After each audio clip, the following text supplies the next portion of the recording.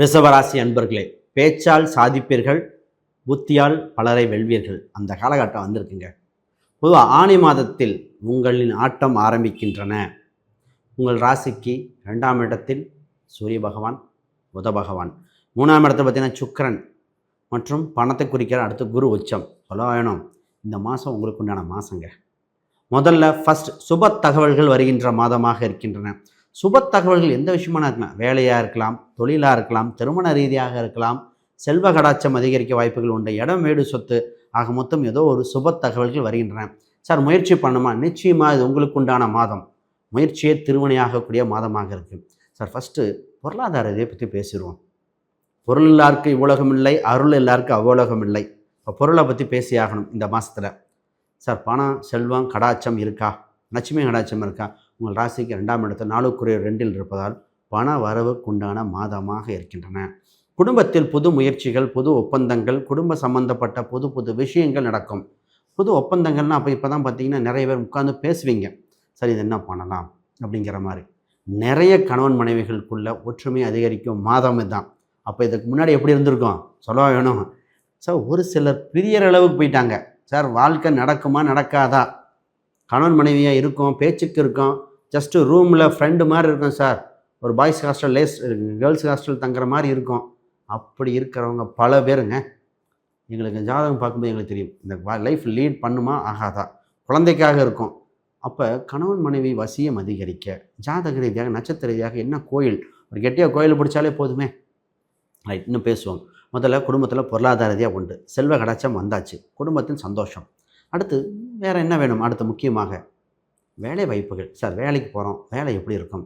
முதல்ல உங்களுக்கு வேலையில் புது மாறுதல் ஏற்பட வாய்ப்புண்டு. அந்த மாறுதல் உங்கள் வாழ்வில் ஒரு வெற்றியும் வேலை வாய்ப்புக்கும் கொடுக்கக்கூடியது. புது இன்டர்வியூ சம்மந்தப்பட்ட விஷயங்கள், புது ஒப்பந்தங்கள் கையெழுத்தாகக்கூடிய விஷயங்களாக இருக்குது. சார் இப்போ ஒரு கம்பெனியில் இருக்கேன், நல்லா போயிட்டுருக்கு, ஏதோ ப்ராஜெக்ட் மாறுமா, ஏதோ மாறுமா? நிச்சயமாக மாற வாய்ப்புண்டு. ஒரு சேஃபஸ்ட்டு சைடில் போய் நிற்க போகிறீங்க. நிறைய பேர் கடன் கழுத்தை நெரிக்குது சார் அப்படின்ட்டு இருந்தாங்க.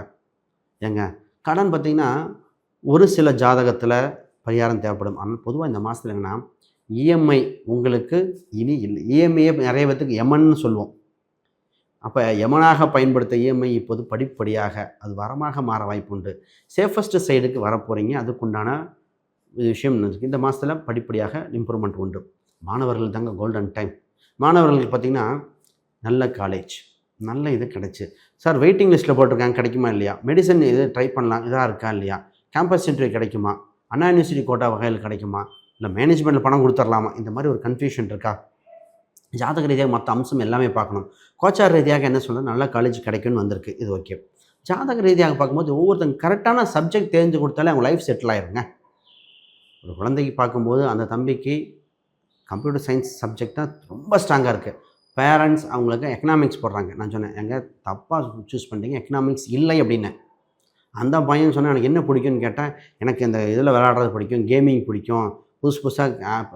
அவர் வீட்டிலே பார்த்தீங்கன்னா டேப்லெட்டு எல்லாமே இருக்குது. அந்த பையன் டேப்லெட்னால் இந்த ஒர்க் பண்ணுற அவ்வளோ சூப்பராக பண்ணுறாரு. சரியான தேர்வை எடுத்து கொடுத்தீங்கன்னா லைஃப் செட்டில் ஆயிரும். இதுதான் இப்போ முக்கியமான பாயிண்ட்டுக்கு வருவோம். சார் பிஸ்னஸ் பண்ணலாமா?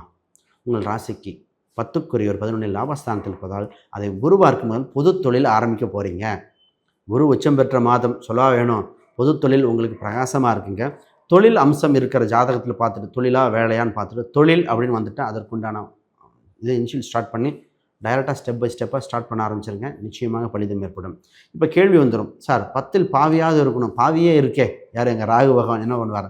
ராகுங்கிறது வெளிநாட்டு சம்மந்தப்பட்ட ஒப்பந்தங்கள், வெளி மாநிலம் சம்மந்தப்பட்டது, இது மாதிரி ஏதோ ஒன்று மாற்றி விட்டுரும். அப்போ பிஸ்னஸ் சம்மந்தப்பட்டதுக்கு தடையில்லை. சரியான இறை வழிபாடை தேர்ந்தெடுத்துக்கணும். இந்த காலத்தில் தசாபுக்தி அடிப்படையில் தாங்க நிச்சயமாக பலாபலன் கொடுக்கும். கோச்சாரமும் தசாபுக்தியும் இரண்டும் இணையும் போது துல்லியமாக இருக்கும். கோச்சாரம் ஆசையும் வாய்ப்பையும் கொடுக்கும், சம்பவம் தசாபுக்தியை கொடுக்கும். இதை புரிஞ்சுக்கிட்டு நம்ம ஆரம்பிக்கணும். இப்போ அடுத்த கேள்வி, சார் திருமணத்தை பற்றி பேசவில்லை, ஏங்க இருமணம் நிகழும் திருமணத்தை பற்றி ஏங்க பேச மாட்டேன்? நிச்சயமாக திருமண அமைப்பு இருக்குது. கண்ணீர் விட்ட ரிஷபம் இப்பொழுது திருமணம் சூப்பராக இருக்குது. அப்போ திருமணம் சம்மந்தப்பட்ட எதிர்பார்த்த வரன்கள் அமையக்கூடிய சூழ்நிலை வந்திருக்கு. முடிவாக போகுது, ஃபைனலைஸ் ஆகுது சார்.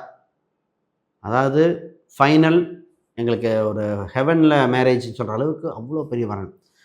எவ்வளோ காலம், எவ்வளோ தோஷங்கள் எதாக இருந்தாலுங்க அதற்குண்டான வழிபாடுகள் பரிகாரம் பண்ணால் உண்டு. அனைவருக்கும் திருமணம் இருக்கணும், அதுதான் நம்மளோடது. அப்போ அதை நம்ம எப்படி வரன் வரும்னு சொல்லிடும் ஜாதகம், அதை பார்த்து சூஸ் பண்ணிக்கலாம். இது திருமணத்துக்கு உண்டான அமைப்பு. ஒரு சில கணவன் மனைவி பிரியற அளவுக்கு போயிருக்கே, அவங்க சேர வாய்ப்பு இருக்குது, அதையும் பார்க்கலாம். இப்போ இடம் வீடு சொத்து இதை பற்றி ஒரு வண்டி வாகனங்கள் கேள்வி இருக்குது. முதல்ல பிரச்சனை இருக்கிறத தீர்க்கக்கூடிய காலகட்டம் பார்க்கணும். இடம் வீடு சொத்துனா ஃபஸ்ட்டு உங்கள் ஜாதக ரீதியாக இடம் எந்த பக்கம் வாசல் இதெல்லாம் கோச்சாரத்தில் சொல்லக்கூடாது, ஜாதகத்தில் சொல்லணும். இப்போ இருக்கின்ற வெள்ளங்கமுள்ள சொத்தை தீர்வு காண வாய்ப்புண்டு. சொத்துக்களை விற்று பணமாக கன்வெர்ட் பண்ண வாய்ப்புண்டு. அப்போ இந்த மாதிரி சுச்சுவேஷனை நீங்கள் பார்த்து ஹேண்டில் பண்ணிக்கோங்க. ஆக மொத்தம் ஜெயிச்சிருவேனா அப்படின்னு கேட்டால் நிச்சயமாக இந்த மாதிரி இருக்கும். சார், இந்த நேரத்தில் உங்கள் வாழ்க்கை வசந்த காலமாக மாற ஆனி மாதத்தில் அடி எடுத்து வச்சுருக்கீங்க. சொல்ல வேண்டும், ஆனந்தமான மாதம் உங்களுக்கு ஆனி மாதமாக வந்து விட்டன. சிறப்பான காலகட்டம் தைரியமாக சொல்லலாம். இப்போ ஒரு சில வழிபாட்டு முறைகள் தேவை, நிச்சயமாக தேவை. ஏன்னா சிவ வழிபாடு பண்ணிக்கங்க, இந்த மாதத்தோட ஸ்பெஷல். கூட உச்சி பிள்ளையாரை ஒரு முறை தரிசனம் செய்தால், இல்லை கற்பக விநாயகரை ஒரு முறை தரிசனம் செய்தால் இந்த மாதம் முழுவதும் உங்கள் வசமே. அனைவருக்கும் வணக்கம், வாழ்த்துக்கள். புதுசாக பார்க்குறவங்க சப்ஸ்கிரைப் பண்ணிக்கங்க. கேள்விகள் சந்தேகம்னா கீழே கமெண்ட் பண்ணிக்கோங்க. ஒரு விஷயம், நான் புக் ஒன்று பப்ளிஷ் பண்ணியிருக்கேன், modern parts exploring Vedic astrology for today. இந்த புக் பார்த்திங்கன்னா ப்ராக்டிக்கல் கைடுங்க. இன்றைய காலகட்டத்துக்கு தகுந்தாற்போல் அனைவருக்கும் ஜோதிடம் வேணுங்கிறதுக்காக இந்த புக் எழுதப்பட்டது. இது அமேசான், ஃப்ளிப்கார்ட், கூகுளில் இருக்குது, செக் பண்ணி பாருங்கள். இந்த புக்கு உங்களை ஜோதிடத்தில் மிகப்பெரிய உச்சத்தை தொடும். அனைவருக்கும் ஜோதிடம்ங்கிற மாதிரி.